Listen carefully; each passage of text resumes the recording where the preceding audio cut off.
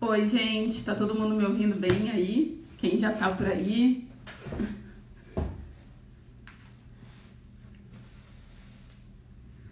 Vamos aguardar um pouquinho, até as 4 horas. Edneira já tá por aqui, maravilhosa também. Daqui a pouquinho ela entra e a gente começa a nossa live.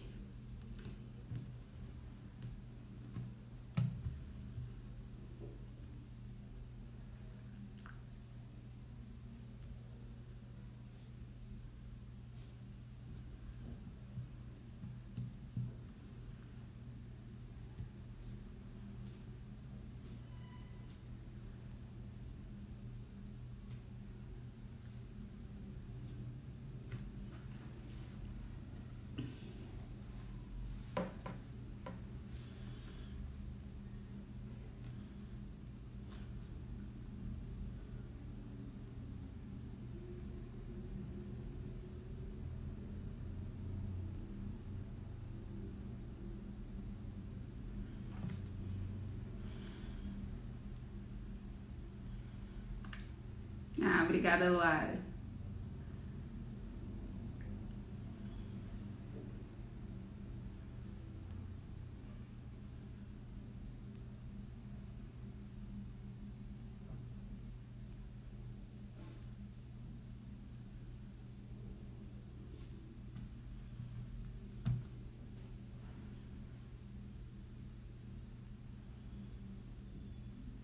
Bem-vindos todos e todas que estão chegando por aí. A gente vai aguardar mais cerca de uns 2 minutinhos para o pessoal chegar.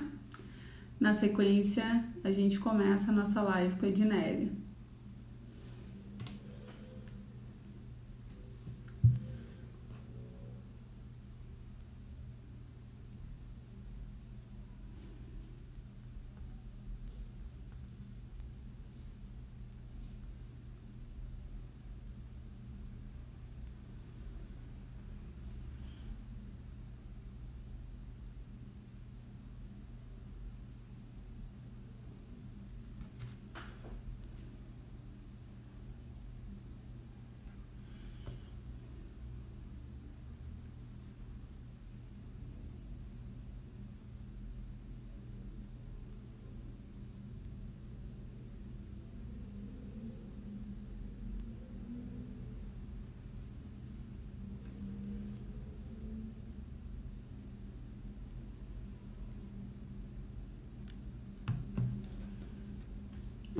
Queridona, coisa boa encontrar vocês por aqui.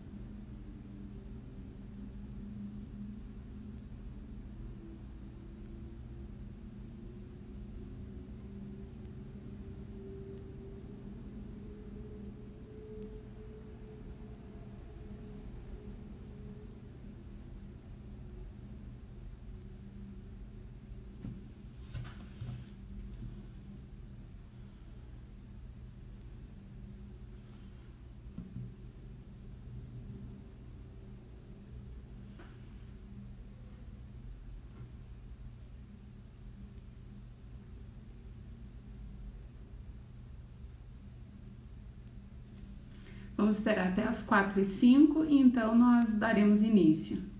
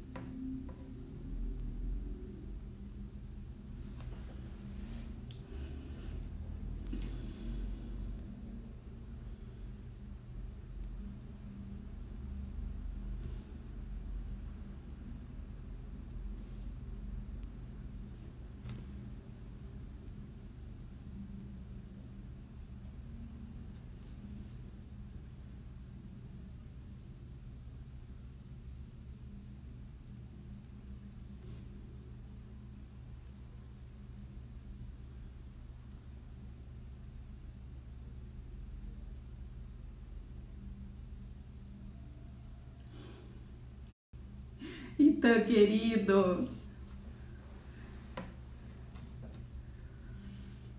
Ednélia, se tu estiver por aí, pode solicitar que vamos dar início então à nossa live.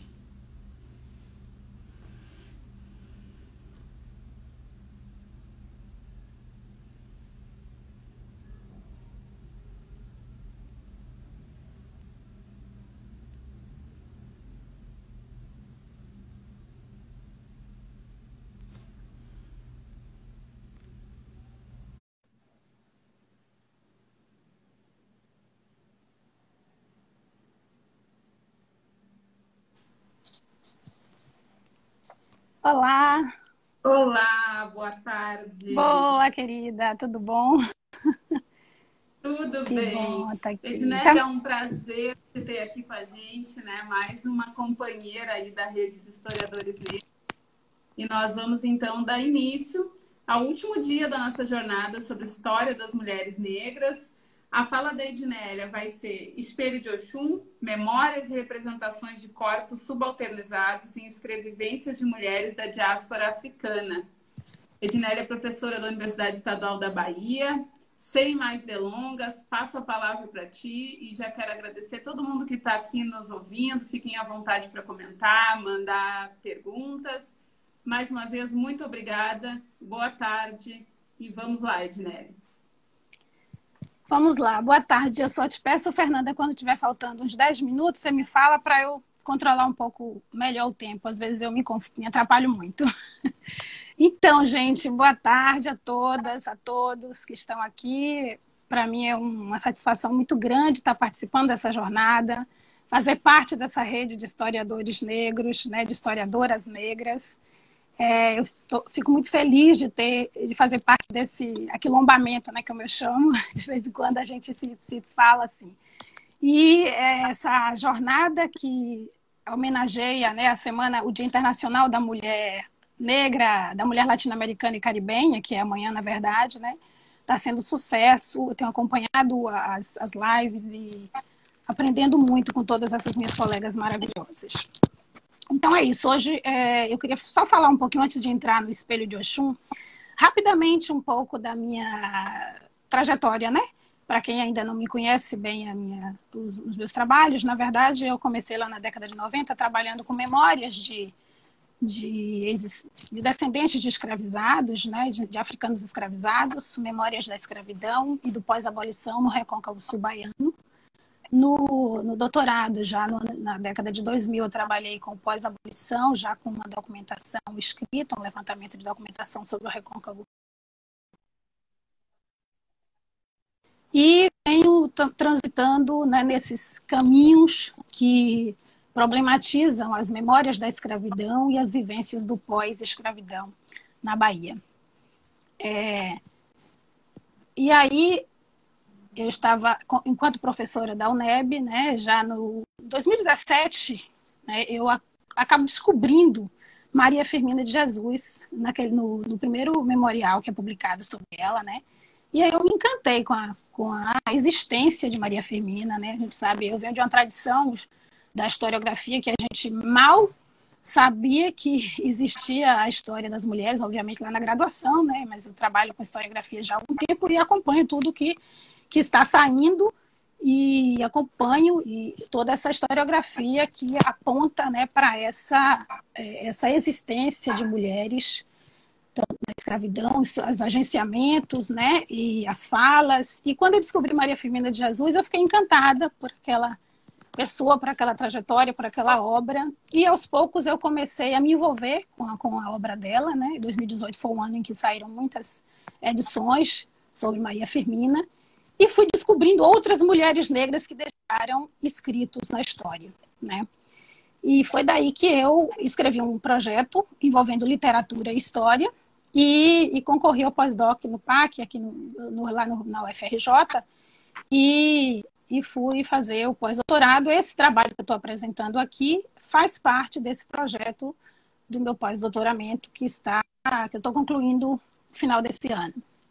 Então, a partir de Maria Firmina, eu descobri mais duas outras mulheres que se tornaram parceiras dessa minha pesquisa, né, que é a Mary Prince, que é uma escravizada da América Inglesa, que deixou suas memórias escritas em um livro chamado History of Mary Prince, né?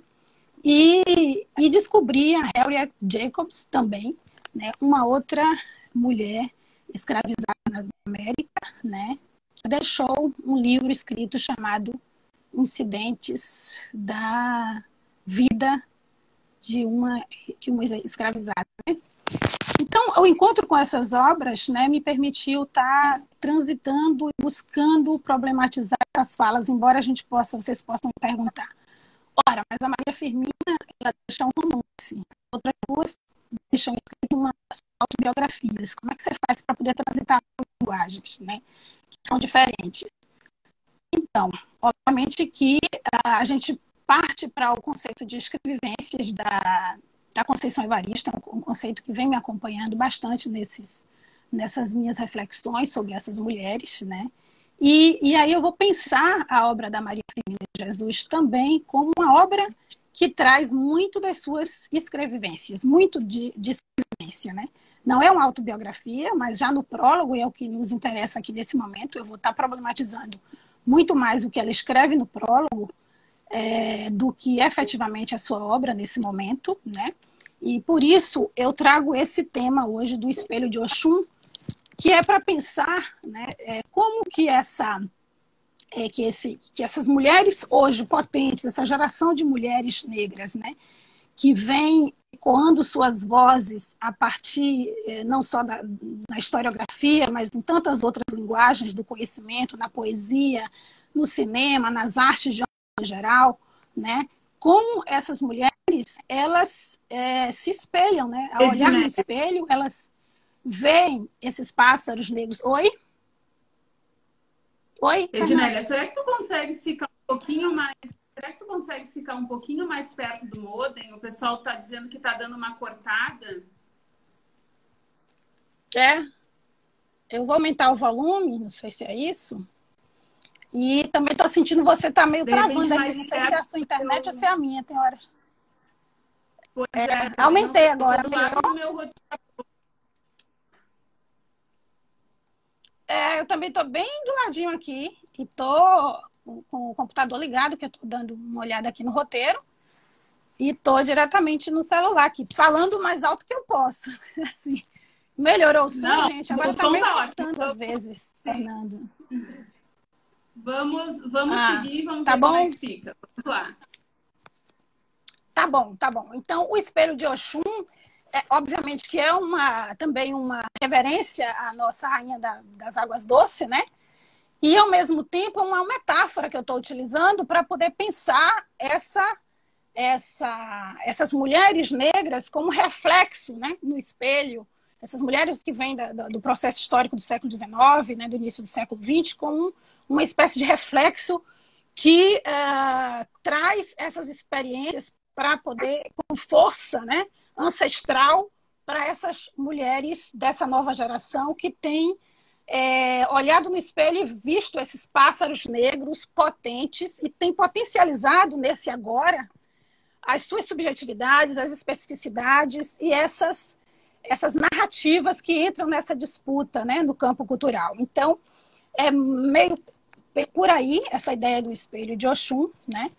E aí, na verdade, o que me interessa aqui nesse momento, como eu já falei, é pensar sobre essas escrevivências e como algumas dessas mulheres, sobretudo eu vou estar trabalhando aqui com a Maria Firmina de Jesus nesse momento, a Maria Firmina dos Reis nesse momento, como elas apresentam a si próprias, né, de alguma forma a partir da escrita.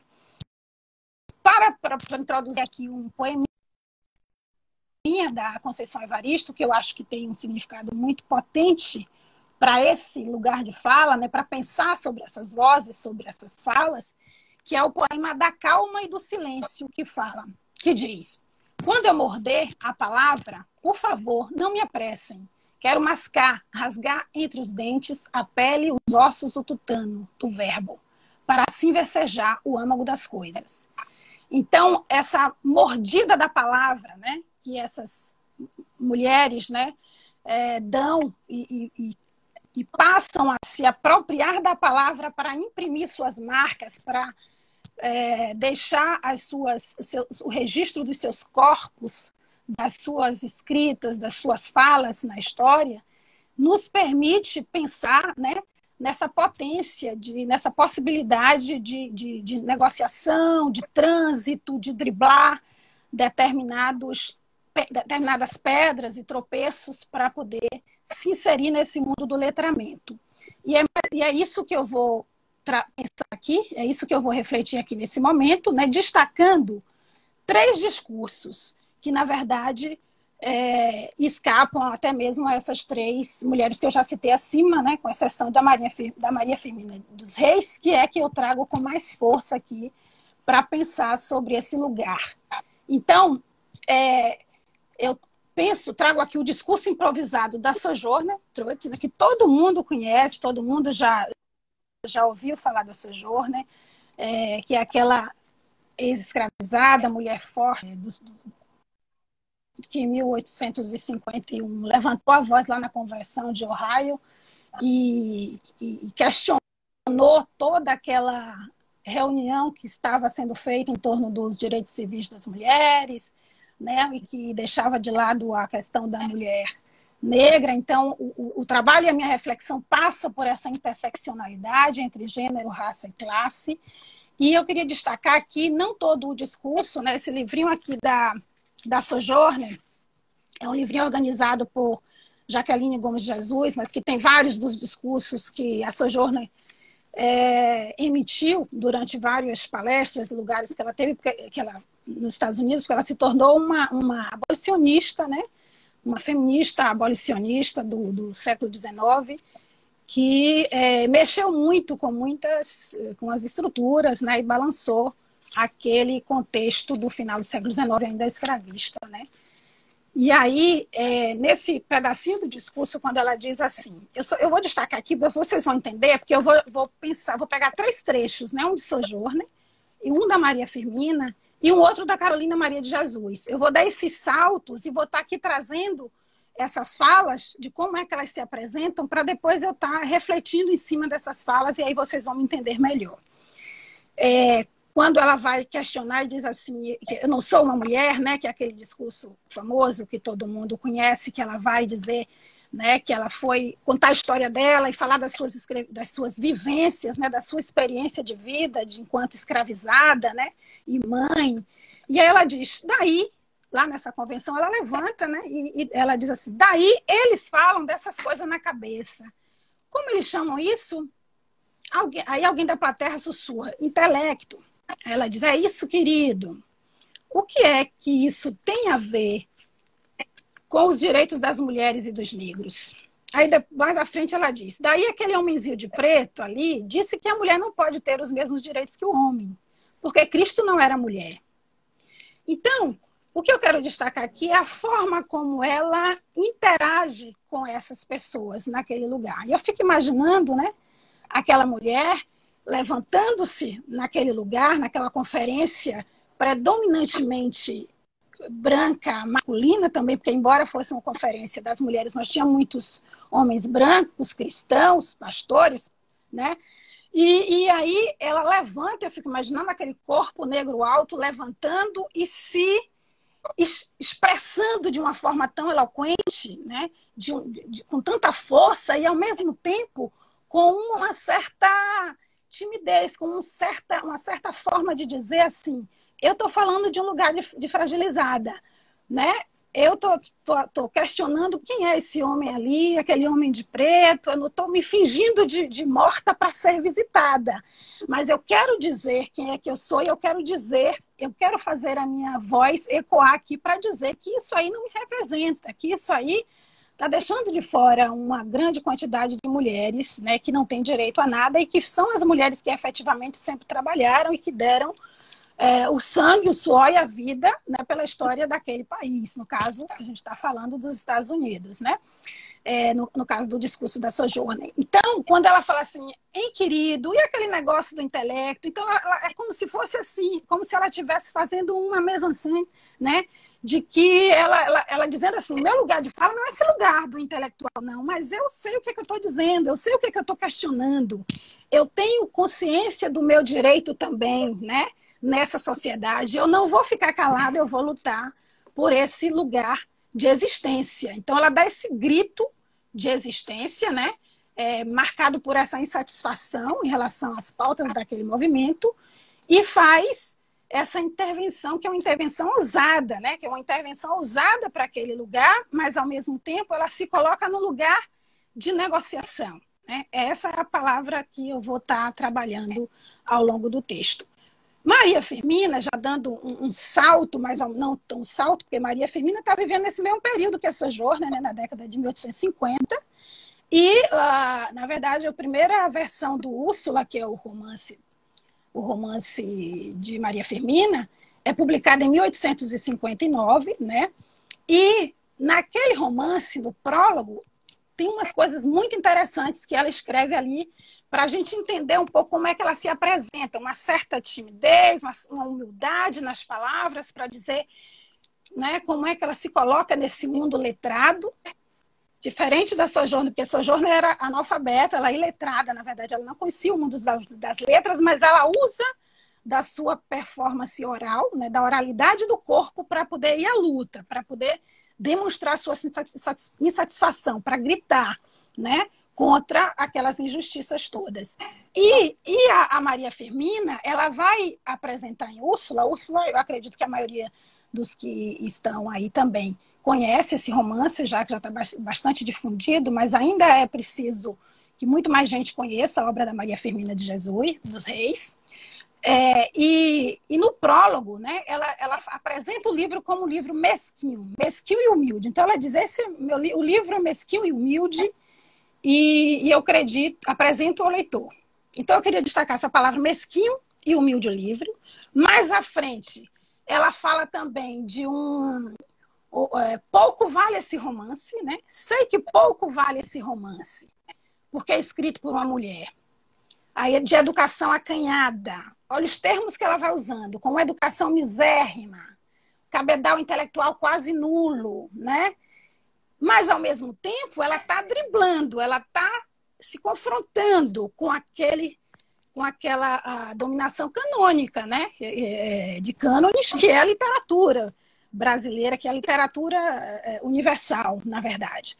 Então, ela vai driblando e entrando no caminho da literatura, e, ao mesmo tempo, ela vai dizendo, quase como se ela dissesse assim, talvez eu não devesse, eu não tenho, né, autoridade para isso, mas eu quero fazer valer a minha narrativa, a minha fala, a minha escrita, né, as minhas ideias. Então, ela é outra fala potente, né, é outra fala que está nesse lugar que eu estou pensando, né, que na verdade no entre lugar, né, é como se Sojourner e a Maria Firmina, e mais tarde também a Carolina Maria de Jesus, estivessem no entre-lugar.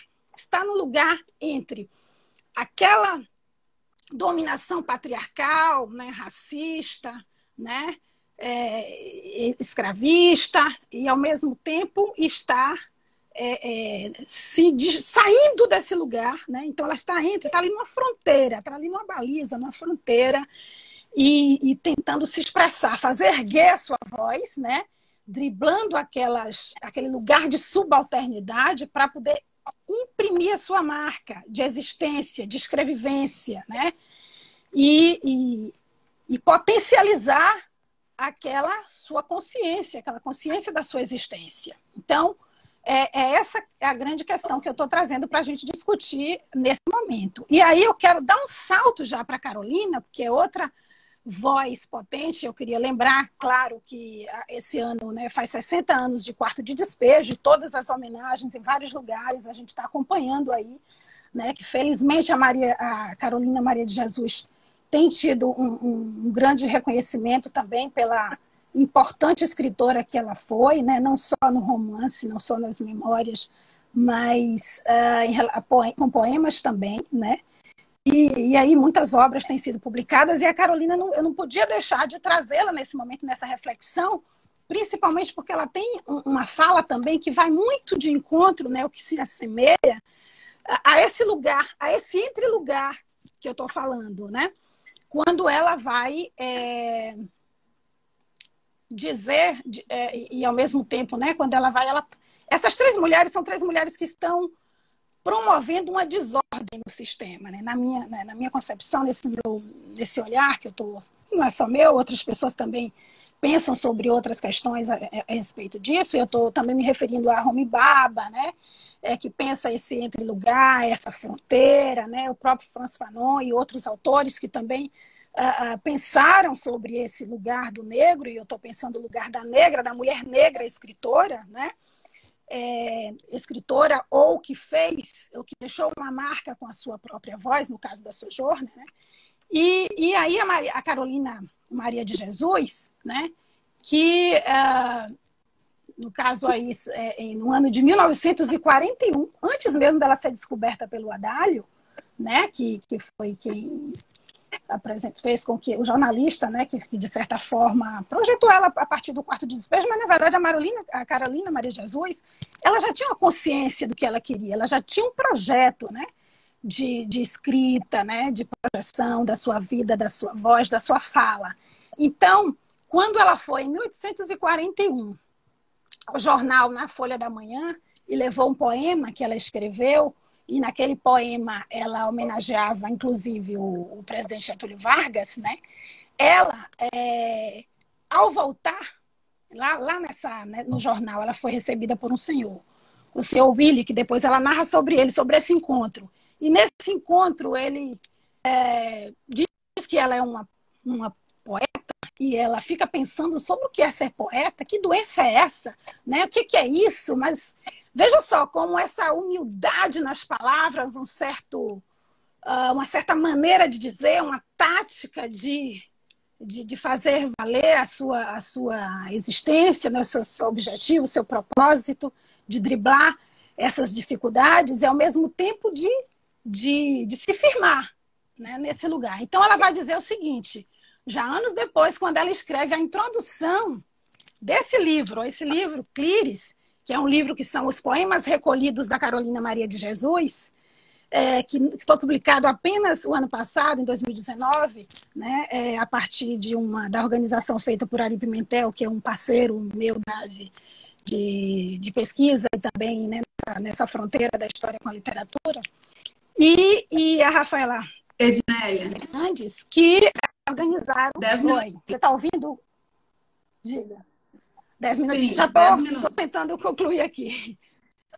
Tá certo. É muita coisa, não dá para falar tudo. Então, a Carolina Maria de Jesus, ela vai falar assim, né? Ela diz que no ônibus, ela encontra uma pessoa e no ônibus ela vai conversando e questionando, né? O que é ser poeta? E aí ela pergunta a um rapaz que está sentado do lado dela, ela diz assim... O que é ser poeta? O senhor sabe o que é ser poeta? Aí ele diz, por quê? A senhora é poetisa? Na verdade, era poetisa, né? Que usava naquela época. Aí ela disse assim, o jornalista disse que eu sou. Aí ele diz, então, meus parabéns. Aí ela diz assim, eu silenciei com receio de dizer alguma banalidade. O homem olhou-me nos olhos e eu transpirei com vergonha. Olha só esse lugar, né? Esse lugar envergonhado, esse lugar... É aquilo que eu estou chamando do entre-lugar, né? Essas estratégias que são ativadas por essas três mulheres negras para poder levantar as suas vozes, para poder potencializar as suas existências e as suas falas, né? Seja na oralidade ou na escrita, no sentido de também desestruturar de alguma forma aquela sociedade no momento em que elas se mostram, se colocam na cena, né? Se colocam na cena e saem do silêncio de alguma forma, né?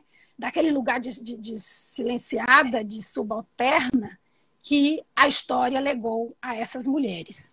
Então, eu também penso no conceito de zona de contato, que é um conceito que vem da antropóloga Mary Pratt, né, norte-americana, que trabalha com esse conceito de zona de contato também. Então, o que eu estou pensando aí nesse conceito de zona de contato, conceito de fronteira, o conceito de entre-lugar, né? Essas táticas de negociação que essas mulheres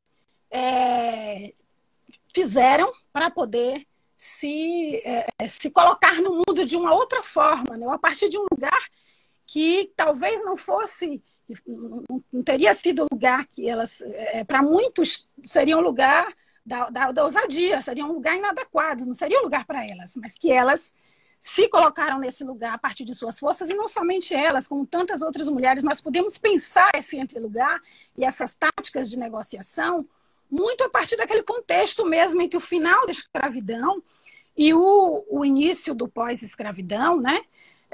Já que no caso de Carolina década de 40, no pós-escravidão, de como elas estão, essas mulheres, né, em lugares diferenciados, as mulheres negras, são esses pássaros negros que deixaram essas vozes, né, que ecoaram essas experiências e essas escrevivências, e aí o conceito de escrevivência, aí uma colega estava me perguntando mais cedo, né, o que é que significa escrevivência? Escrevivência é um conceito que vem da literatura da Conceição Evaristo, que a gente, né, hoje entende muito daquilo que nós também fazemos a partir das nossas pesquisas sobre nossas experiências de vida, de luta, né, as experiências de vida e de luta das mulheres negras, que escrevem, publicam e problematizam historicamente, antropologicamente ou na literatura a partir das suas próprias experiências de vida, das suas vivências. E aí eu queria, né, concluir com um poema. Eu vou ter que concluir porque eu não posso me tomar muito tempo. Eu quero deixar alguns minutinhos para ver se tem alguma pergunta, né, Fernanda, alguma coisa no final. Então eu queria colocar aqui somente para a gente fechar e pensar nessa metáfora do espelho, né? Um poema da Mel Duarte, né? Que é uma slammer, uma escritora, né? Poeta maravilhosa, paulista, e que eu acho que reflete bem esse espelho, né? Esse espelho, essa metáfora do espelho, essas várias gerações de mulheres negras que estão fazendo ecoar as suas vozes e estão saindo daquele lugar que historicamente teria sido o lugar desejado para elas, né? Então eu queria concluir com esse poema da Mel Duarte, tá? Eu não sei se vai dar para vocês ouvirem, vou tentar aqui, porque é uma gravação, não vou ler, e vou colocar aqui na tela para vocês verem, ok? Vamos ver. Só um momento. O som.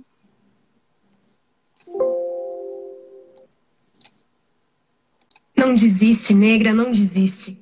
Ainda que tentem lhe calar, por mais que queiram esconder, corre em tuas veias força e orubá axé, para que possa prosseguir. Eles precisam saber que a mulher negra quer casa para morar, água para beber, terra para se alimentar, que a mulher negra é ancestralidade, djembês e atabaques que ressoam dos pés, que a mulher negra tem suas convicções, suas imperfeições como qualquer outra mulher. Vejo que todas nós, negras meninas, temos olhos de estrelas que por vezes se permitem constelar. O problema é que desde sempre nos tiraram a nobreza, duvidaram das nossas pelo pronome Alteza. Hoje, para sobreviver, lhe sobra o cargo de empregada da casa. É preciso lembrar de nossa raiz, semente negra de força matriz que brota em riste, mãos calejadas, corpos marcados sim, mas de quem ainda resiste. E não desiste, negra, não desiste. Mantenha sua fé onde lhe couber, seja espírita, budista, do candomblé. É teu desejo de mudança, a magia que traz na tua dança que vai lhe manter de pé. Você, mulher negra, cujo tratamento majestade é digno. Livre que arma seus crespos contra o sistema, livre para andar na rua sem sofrer violência, e que se preciso for, levanta a arma, mas antes luta com poema. E não desiste, negra, não desiste. Ainda que tentem lhe oprimir, e acredite, eles não vão parar tão cedo. Quanto mais você se omitir, eles vão continuar a nossa história escrevendo. Quando olhar para suas irmãs, veja que todas somos o início.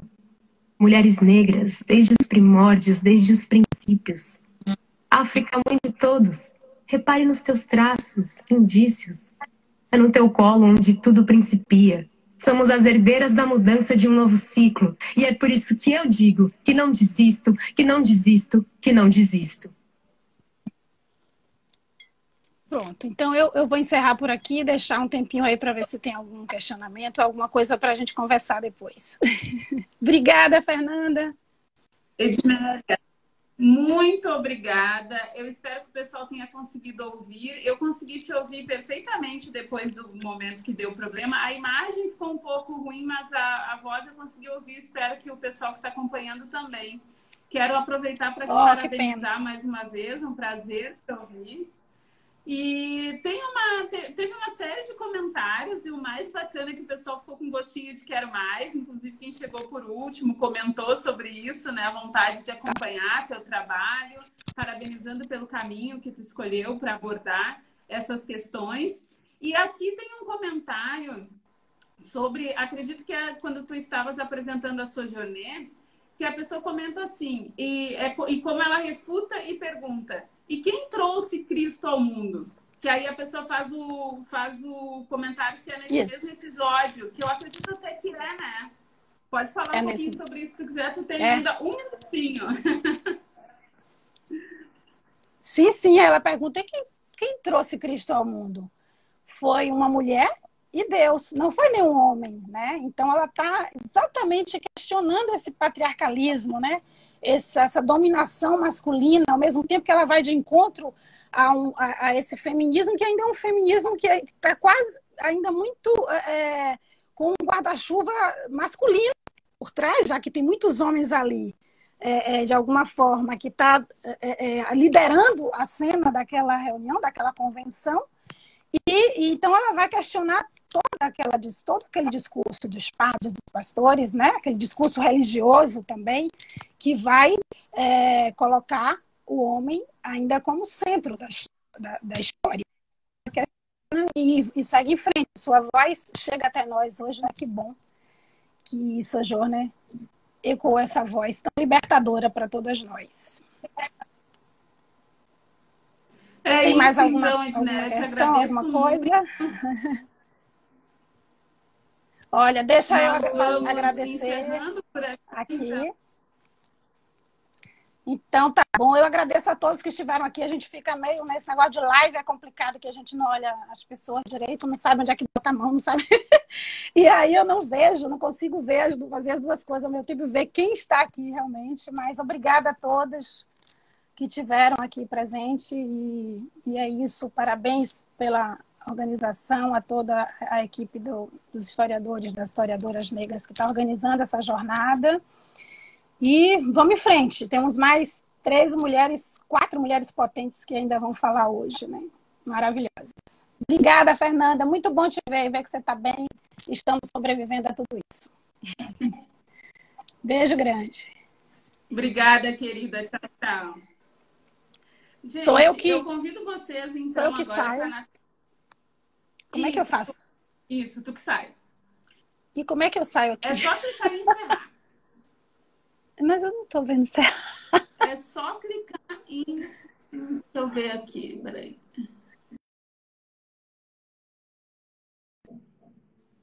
Bom, gente, eu aproveito aqui para convidar vocês para seguir na próxima live, que é com a Angélica Ferrares. Essa live, ela deixou um vídeo pronto, e aí já vai, assim que eu finalizar subir esse vídeo, já vai estar disponível no perfil de historiadores e historiadoras negras. Eu convido vocês, então, para ouvir A Mulata Trágica, repensando a categoria mulata no Brasil. Obrigada e nós seguimos.